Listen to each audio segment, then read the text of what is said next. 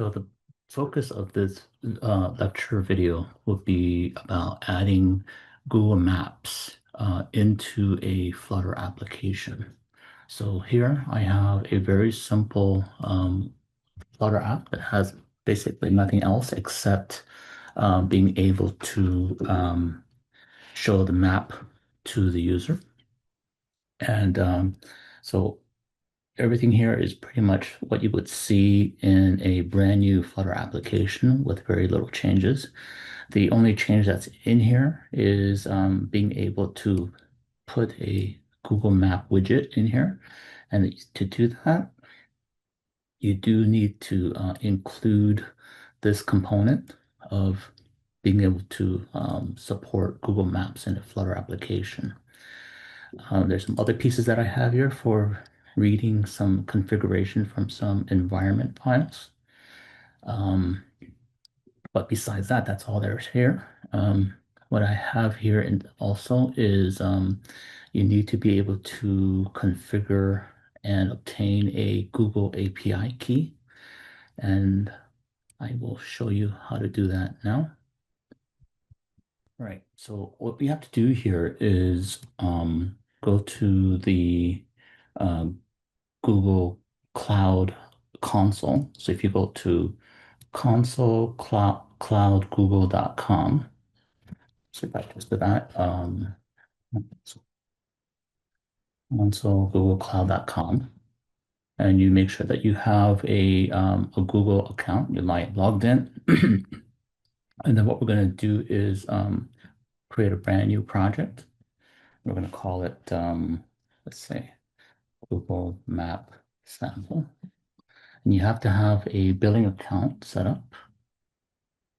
So now that you have a project called Google Map Sample, I'm going to select it.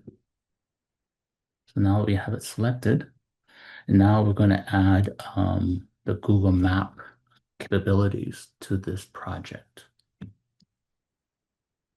Come here and then enable APIs, Google Map. So we're going to come here. So we're going to go to the API part of the library of this console cloud google.com.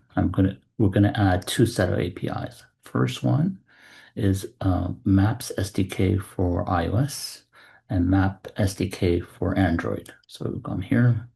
Since we're building a Flutter app for both,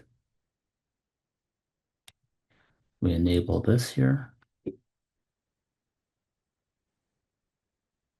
We pay close attention to this API key that we'll need. So we're going to copy this and keep it in a safe place.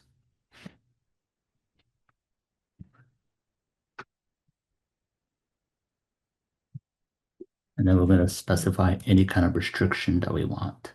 So now I'm going to then do the same thing again for Android.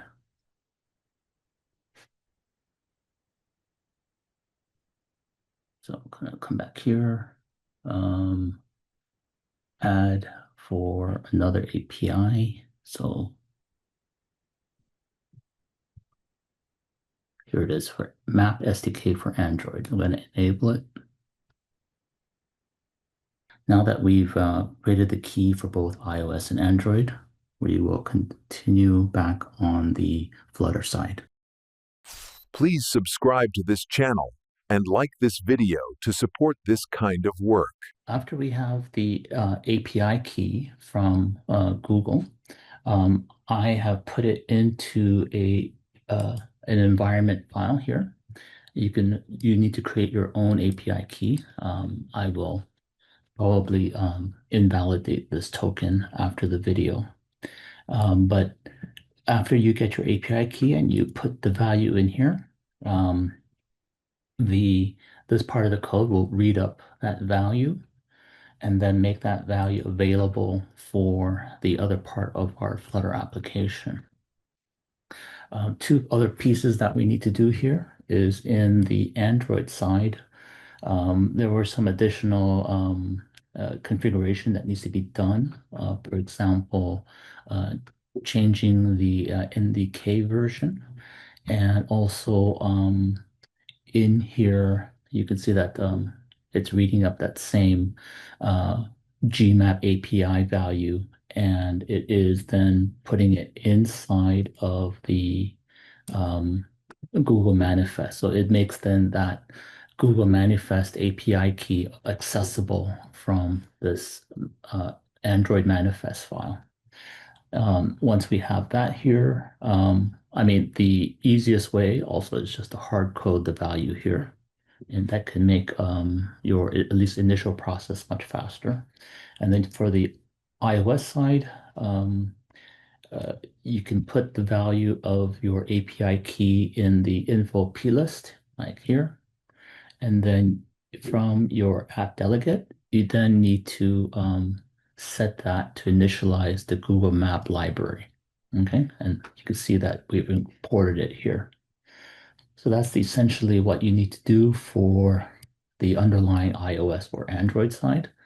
And once it launches, you will see that the Google Map widget will load, and it will then display it within the device or simulator. You can see it here that on the Android side, here it is running, and then here it is on the iOS side. Okay.